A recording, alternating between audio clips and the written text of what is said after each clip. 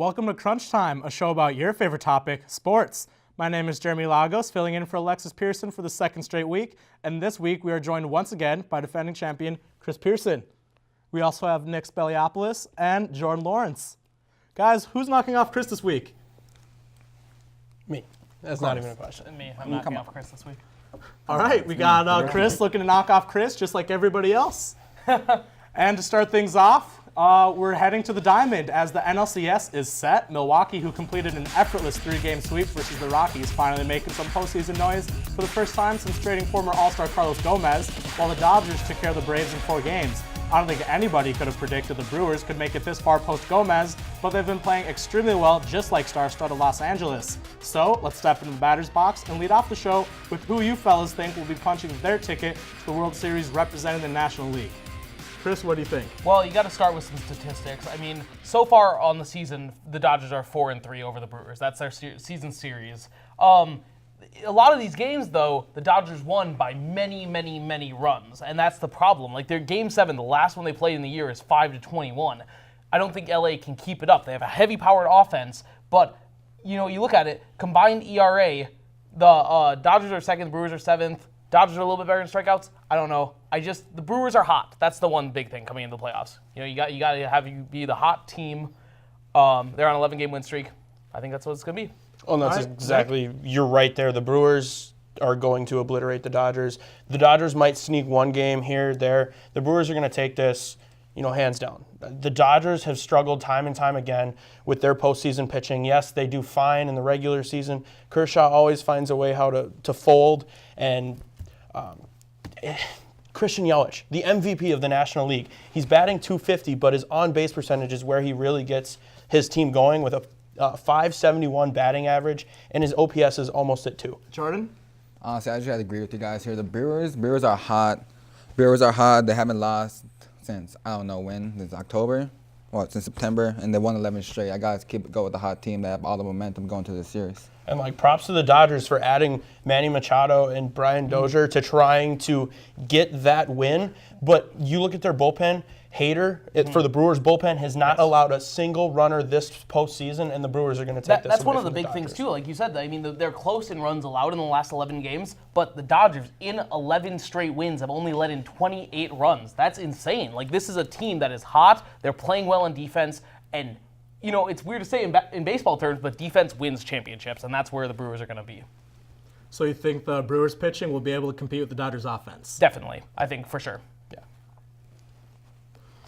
All right, well, there we have it. Chris, champion, leading off the game with a point. I really like what you said. Brewers coming in hot. And all right, that's it now for the National League. Heading now to the American League, it's a battle of the 2 best records. In one corner, we have defending World Series champs and young studs in Houston. And in the other corner, we have Boston standing in between their chance with 108 cool wins. It's a battle of the beast here, guys. Who do you think is coming out of the American League? Nick, what do you got? Well, this is the first time since 1977 that we have seen a Division League Championship Series featuring 2 100-win teams. I have to give this one to the Astros. Alex Bregman, he's hitting .566 with 2 home runs and 4 RBIs. We mentioned it earlier. He's batting a 2+ OPS as well. And the Red Sox, it's a rematch of 2017 ALDS, but the Red Sox didn't do enough in the offseason to do what it takes to get past the Astros. Jordan? I'd agree with Nick here. I think the Astros over the Red Sox. Both teams have over 100 wins, but I think the Astros have the championship experience. I believe they'll win the series. Also in the season series, I believe they took the season series 4-3, so I think they're going to the series confident. I'm going to go on the opposite side. I'm going to say the Red Sox. I mean, they have a 4-3 advantage in games this season, and when they get their offense going, matter. Yes, the Astros bullpen is good, but when they get the offense going, they are a good team. This is a team that won 106 games in the regular season. That is a lot of games. There's a reason they're winning this many games. They beat the Yankees in the postseason by 19 runs. That's unbelievable. They are clearly the best team going into this. But you have to remember that the Yankees don't have the pitching staff that the Astros do. That's my point number one. And point number two, it doesn't matter how their record shaped out in the regular season. That doesn't matter when you get to October. That's true. But You can't tell me you that talk that's about the why. hot team. Yes, the Astros played well against the Indians out of the AL Central. The AL Central is the most garbage division in the entire MLB. The Boston had to play out of the AL East with the Yankees on their tail and beat them, who was also clearly the second best in the playoffs going into this series. They threw in their starter to close out Game 4 of that series. Yeah, and Why? Why would you do that? because they want to. It's messed up their rotation, and the Astros are going to take it. No, Red Sox got it all the way. All right, Chris, once again, he's blowing everybody out of the water. The Red Sox coming in hot. Their offense, I don't think it can be stifled. But now we're going to head to some gridiron action. Drew Brees is ending height supremacy, breaking NFL passing yards records with his domination of the Redskins, 72,103 yards in his career, over 40 miles through the air. So with the new broken record and just one touchdown away from 500, where does Drew Brees rank on your list of all-time quarterbacks? I rank Drew Brees in the top 5 here. I got Brady, Montana, Manning, then Drew Brees. Drew Brees has all the records. He's gonna retire with all of the records. I'm gonna say Drew Brees is my number one. That is it. Drew Brees, you cannot argue with stats. He is the best in yards. He will be the best in touchdowns. And yes, he has won Super Bowl in 17 years, but I stand by that argument. Everybody says, oh, Tom Brady's the best because he's won championships. He only is beating Drew Brees in one category, and that's interceptions. He has thrown less interceptions than Drew Brees. That's it. Drew Brees, at the height he's coming to, with the challenge he's had being a shorter guy in the league, he is the best of all time, and I will stand by that. And I can't disagree with you more. You are so wrong on so many levels. Drew Brees is not a top 10 quarterback in NFL history. It's simple as that. How do you What? say that? Listen to What? me for a second. Drew Brees' identity his whole career has been pass on first down, pass on second down. What are we going to do on third down? Pass. By no means am I saying Drew Brees is not a good quarterback. He is. And you're like, oh, Super Bowl rings. He only has one.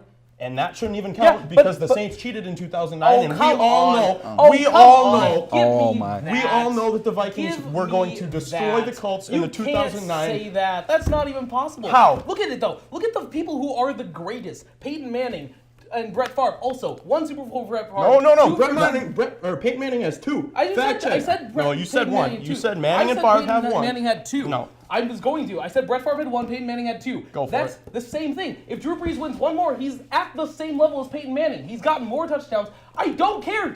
Super Bowls are a team game. Tom Brady, it doesn't matter. Drew Brees doesn't have the ability to lead a team with 90 seconds left in the game to drive down the field. no and get way. to The best He doesn't quarterback- have the Wait, ability. then how did he No. throw that touchdown The to best break the all-time quarterbacks record? It was win. like a 40-yard touchdown. That wasn't No. in the end of the All right, game guys, to win it. I Oh my. really like what you guys are Y'all are saying. crazy. I cannot believe you. Nick, I like what you had to say. Drew Brees has a tainted record, and with that, exciting block, exciting period one, and we're going to head into the break with some NBA action coming up next. Stay tuned.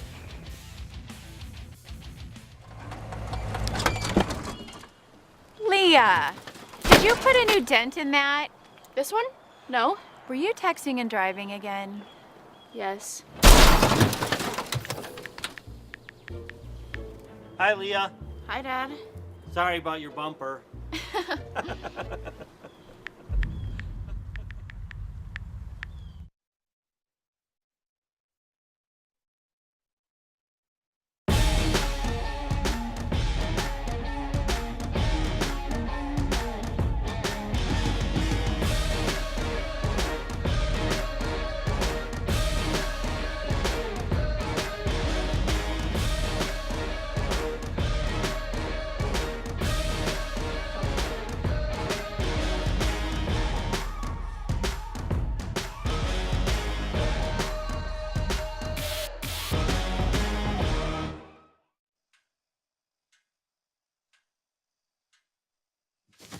Awkward.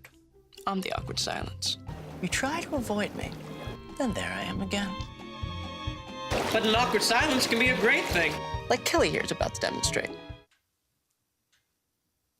You haven't really been yourself lately. Are you okay? Find out how you can help a friend with their mental health at seizetheawkward.org.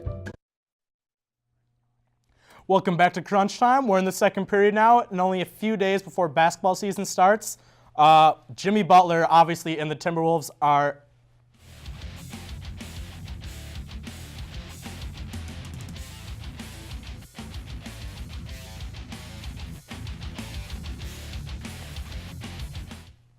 on that stuff because that will ultimately distract you, so I'm just focused on, like I said, focused on myself. I love Jimmy, man. Him being around, his energy, he's a good person. His energy is amazing. For me, I can deal with anyone, so I can adjust to anything. I can adapt to any situation, so I'm cool with it.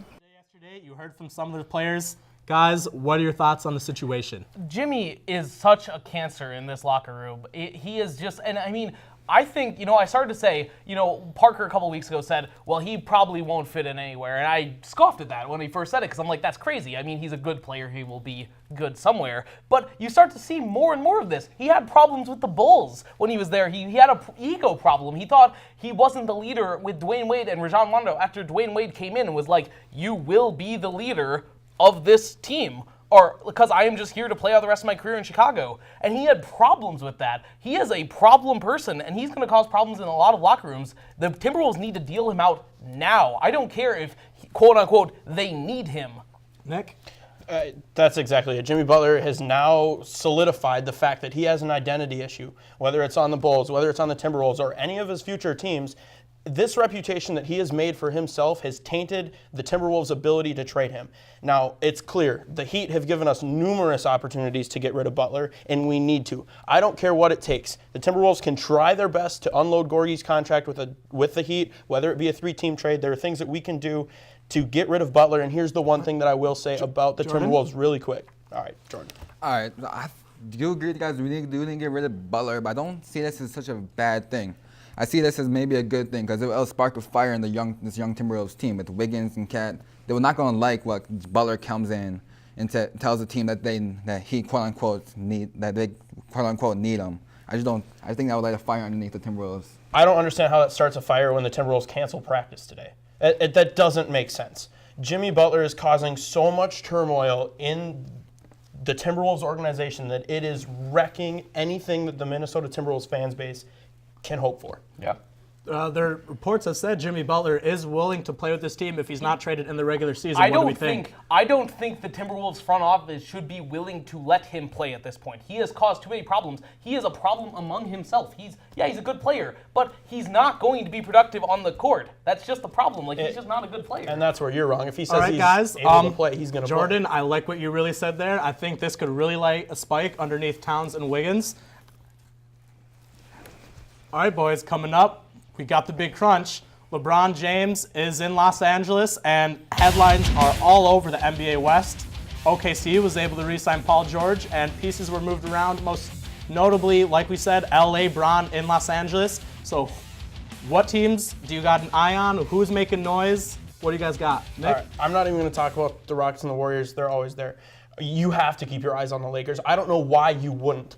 LA gets LeBron. That's the biggest thing in the world, and LeBron has a better starting cast or role players in LA than he ever did in Cleveland. Yes, he has Kyrie. Yes, he had Kevin Love. But in the postseason, he was always out without one of those guys, and LeBron is going to do great things in LA. My other team that you have to keep your eye on, shocks a lot of people, the Dallas Mavericks. Ooh. Now, you guys are going to hate all you want, but the Mavericks are flying under the radar. By no means am I saying they're going to make a deep playoff run, but they have a chance to make it to the playoffs because if you look at their roster, they have the seasoned vet in Dirk Nowitzki. They brought in DeAndre Jordan. They have Harrison Barnes, and they have three talented young players that could do great things in Dennis Smith Jr., who's on your radar? The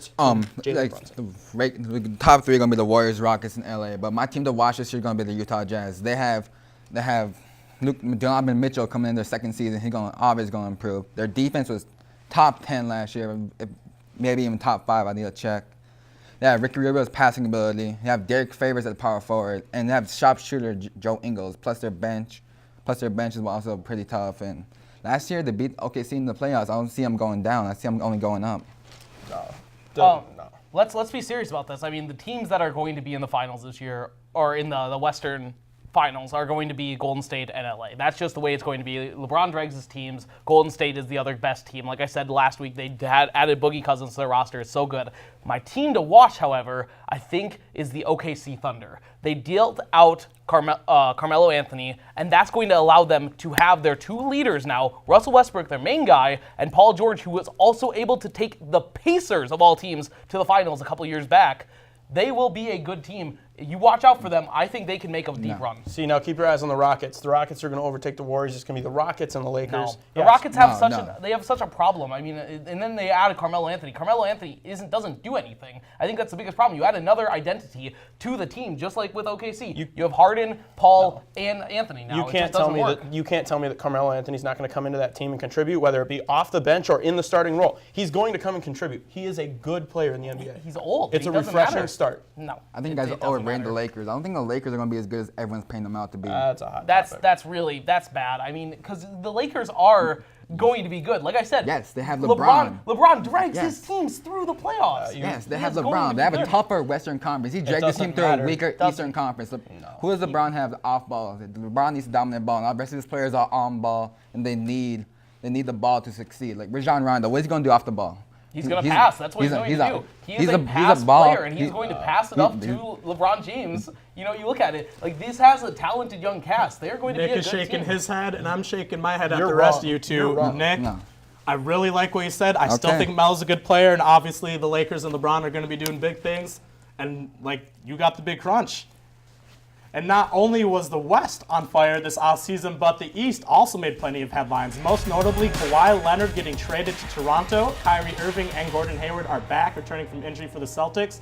And the 76ers having another year under their belt. Markelle Fultz fixing his jumper apparently. And Giannis Antetokounmpo, potential MVP candidate, also seems like he's adding a reliable jumper. So same question here, guys.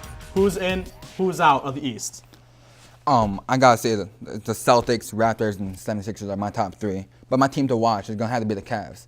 I feel like the Cavs, just like the Jimmy Butler, LeBron leaving, and all this flack they're getting from LeBron carrying them, it's gonna lit a fire under them, and they have a lot of good players still.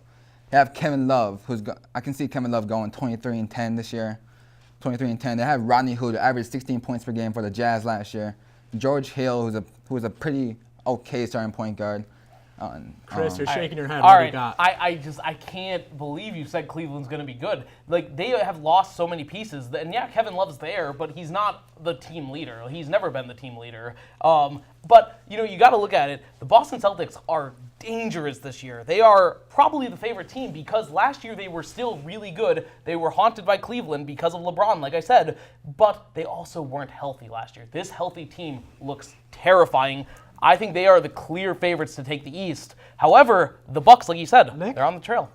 And I'm going to tell you where you're wrong. It doesn't light a fire under Cleveland when LeBron James leaves. It is absolutely demoralizing, not only to the team, but to the front office and the fan base. The fact that LeBron is gone, they are going to be in that rebuilding stage like they did last time LeBron left for 2-3 seasons. I have to go with the 76ers. You touched on it, Manny. Markelle Fultz is healthy again. Is he the best point guard in the league? No, but he's healthy. He's working on his jump shot. He's showing improvements. And even just the fact that he's healthy is he can be a facilitator to Joel Embiid and Ben Simmons, the Rookie of the Year. This is still a young team. They're very young, and I don't know if they have the cohesiveness as a team. What cohesiveness are you talking about? I just Trust know, the watching process. Them, Have you?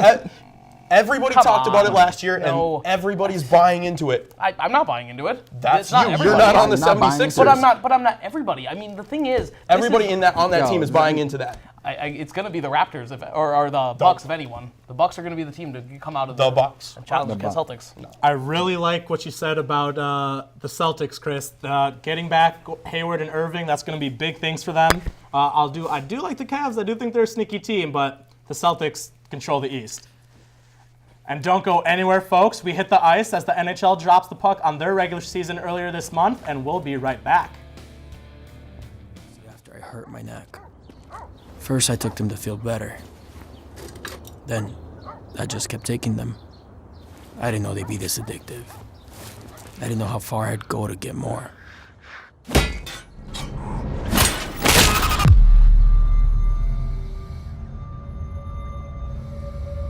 opioid dependence can happen after just 5 days. Know the truth, spread the truth.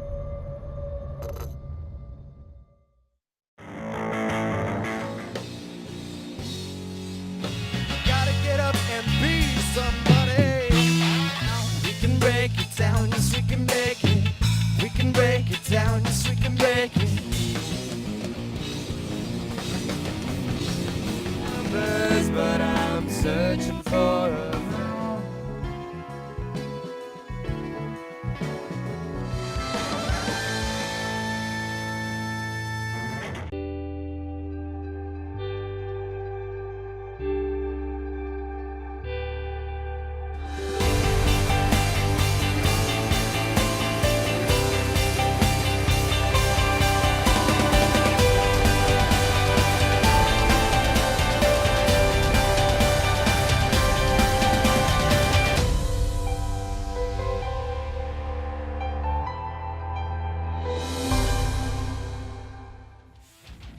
Welcome back, everyone, to Crunch Time. We got a two-way tie right now. Chris and Nick with 3. Jordan not too far behind, though. He still has 1. Plenty of time in this period to pick it up.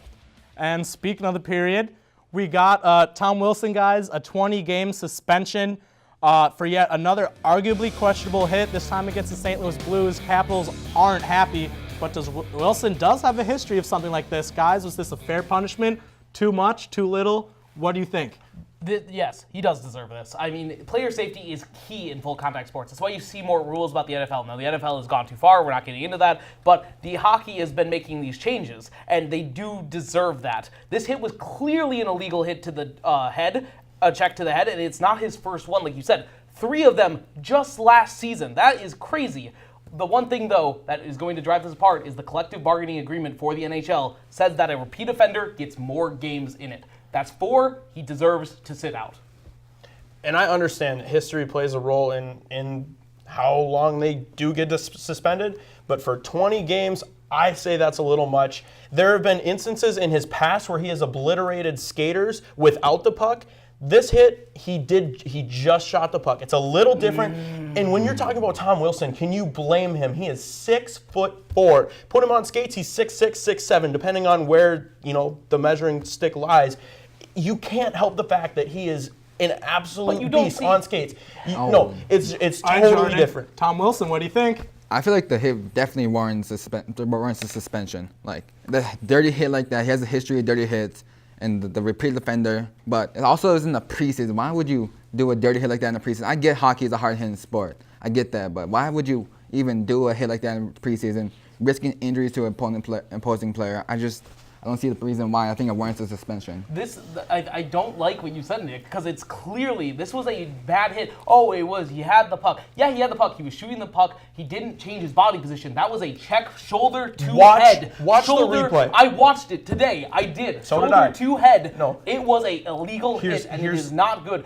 4 times, too, though. 4 times in the last year. That is insane. He has literally played 1 season plus an extra game. There is no reason why he shouldn't be suspended for long term. Now let me speak my piece first. All right, go for it. You watch the replay again. You look where Tom Wilson is going to play defense. He was going towards his assignment. Did he need to hit him that hard? No. Should he have been suspended for 20 games? No. Yes, he should have, because of the collective bargaining agreement. That is the facts. All right, guys.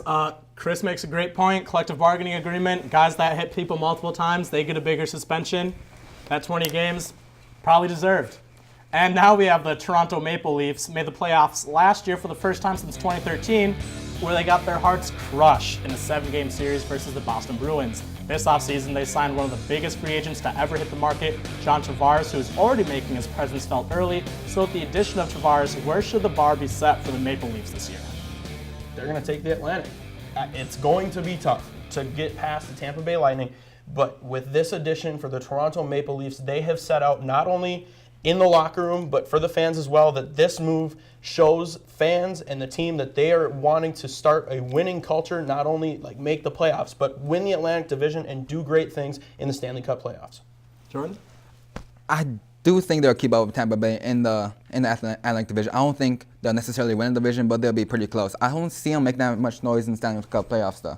I see them maybe getting to the divisional round, but I don't see them getting to the conference finals. They're not going to beat Tampa Bay, and they're not going to beat whoever they played in the finals. I don't remember who. I'm not the biggest hockey fan, but I just don't see them going over. I mean, like Nick said, they're going to win the Atlantic, but I think right now, I know it's only 4 games into the season, it's early, but they have to be the favorite in the East right now. They are 3-1 right now, and they have 20 goals in 4 games. 7 for Austin Matthews, 6 for John Tavares. That is the highest scoring 2 people in the entire league through 3 games. 3-1, 1 loss that was 2 goals, whatever. Losses happen in hockey. This team is for real. They are going to be getting it this year.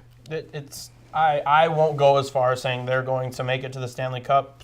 I think I have to because you look at the Metro. The Metro is good, but they haven't had an opponent in the Atlantic really for the last couple of years. The Bruins were okay. The Lightning were fine, but back a couple of times. All right, but they guys. weren't the best.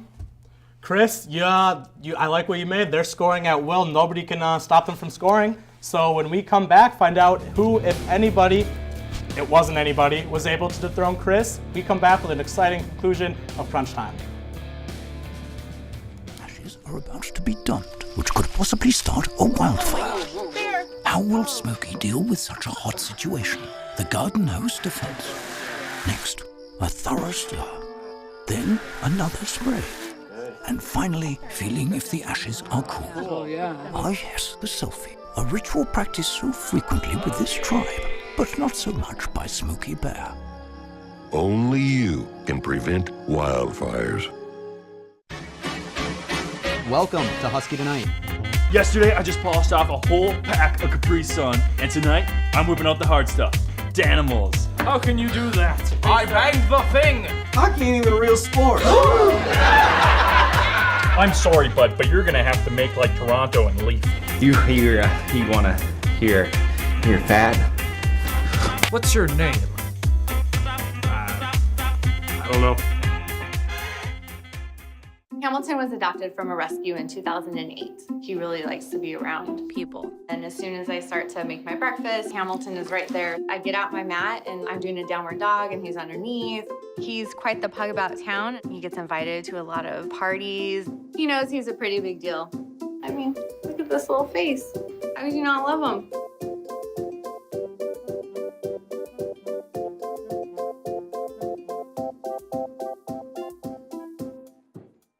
Welcome back, everybody. Nobody is able to defeat Chris so far. Chris, remaining champion. What do you got? What do you think? It's very exciting. I mean, I'm happy that I've done this. I don't know how I keep doing it. I mean, there's good competition with Nick and Jordan and all the people I faced this year, so I really like the competition, but I'm just happy I keep winning. That's good. I don't know, final drive though, if I had to talk about anything, I'm going to talk about UFC 229, Khabib versus McGregor, because that is insane. That was insane. It is insane. I mean, I don't... And just like Chris is insane, all right. You'll be able to see him insane next time. Watch Crunch Time next week. We'll see you later.